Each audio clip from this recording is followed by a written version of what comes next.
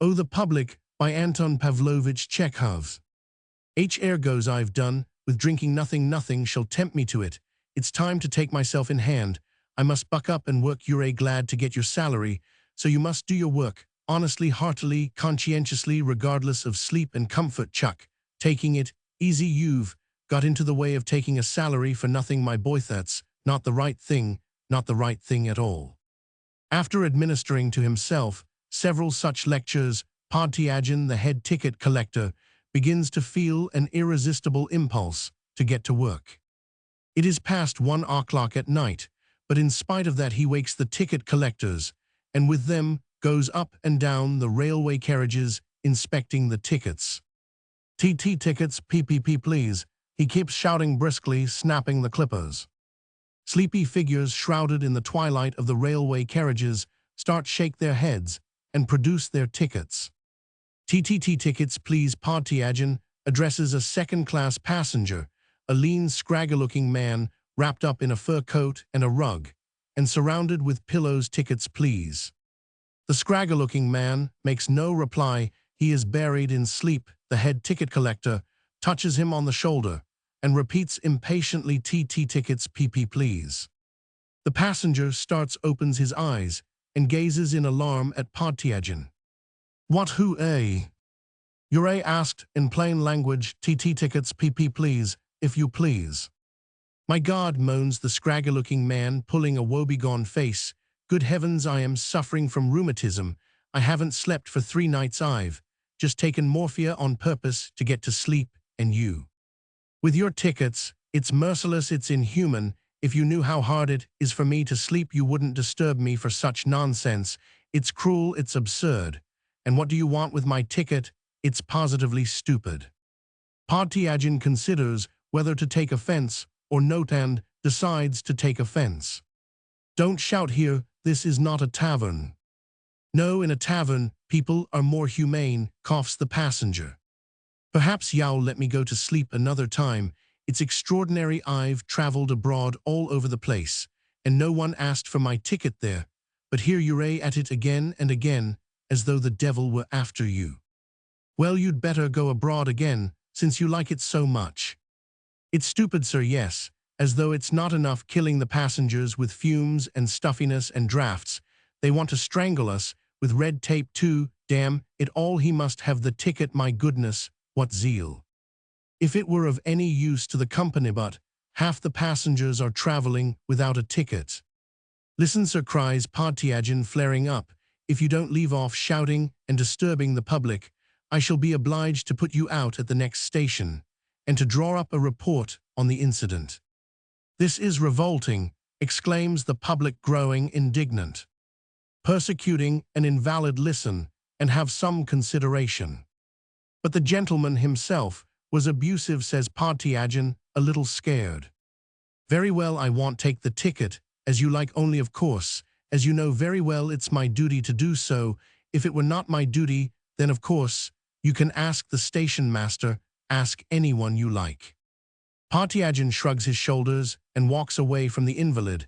At first he feels aggrieved and somewhat injured, then, after passing through 2 or 3 carriages, he begins to feel a certain uneasiness, not unlike the pricking of conscience, in his ticket collector's bosom. There certainly was no need to wake the invalid, he thinks, though it was not my fault. They imagine I did it wantonly, idly. They don't know that I am bound in duty. If they don't believe it, I can bring the station master to them. A station. The train stops 5 minutes. Before the 3rd bell, Podtyagin enters the same second-class carriage.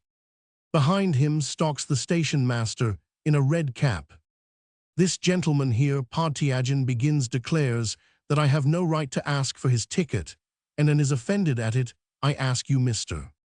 Station Master, to explain to him, do I ask for tickets according to regulation, or to please myself? Sir, Podtyagin addresses the scraggy-looking man, sir, you can ask the station master here if you don't believe me.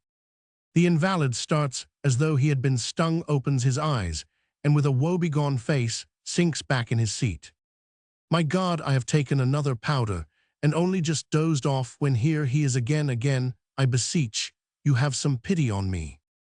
You can ask the station master whether I have the right to demand your ticket or not. This is insufferable. Take your ticket. Take it. Ill pay for 5 extra.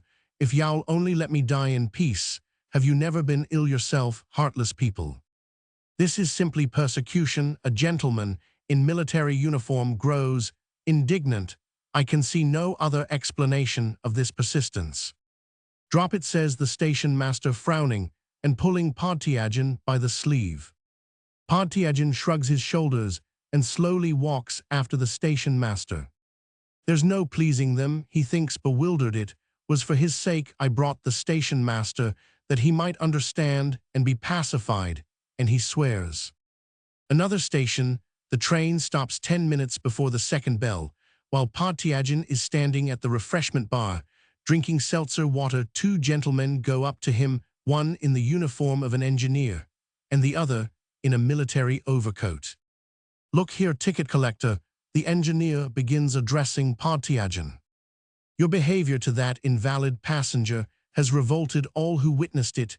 My name is Pusitsky, I am an engineer, and this gentleman is a colonel. If you do not apologize to the passenger, we shall make a complaint to the traffic manager, who is a friend of ours. Gentlemen, why of course, you. Podtyagin is panic-stricken. We don't want explanations, but we warn you, if you don't apologize, we shall see justice done to him. Certainly, I apologize, of course, to be sure. Half an hour later, Podtyagin, having thought of an apologetic phrase which would satisfy the passenger, without lowering his own dignity, walks into the carriage. Sir, he addresses the invalid. Listen, sir. The invalid starts and leaps up. What? What was it? You mustn't be offended. Water, gasps the invalid, clutching at his heart. Id just taken a 3rd dose of morphia, dropped asleep, and again, good God. When will this torture cease? You must excuse. Oh, put me out at the next station, I can't stand any more. I am dying. This is mean, disgusting. Cry, the public, revolted. Go away, you shall pay for such persecution. Get away. Podtyagin waves his hand in despair, sighs, and walks out of the carriage. He goes to the attendant's compartment, sits down at the table exhausted, and complains. Oh, the public, there's no satisfying them. It's no use working and doing one's best. One's driven to drinking and cursing it all. If you do nothing, they're angry. If you begin doing your duty, they're angry too. There's nothing for it but drink. Podtyagin empties a bottle straight off and thinks no more of work, duty, and honesty.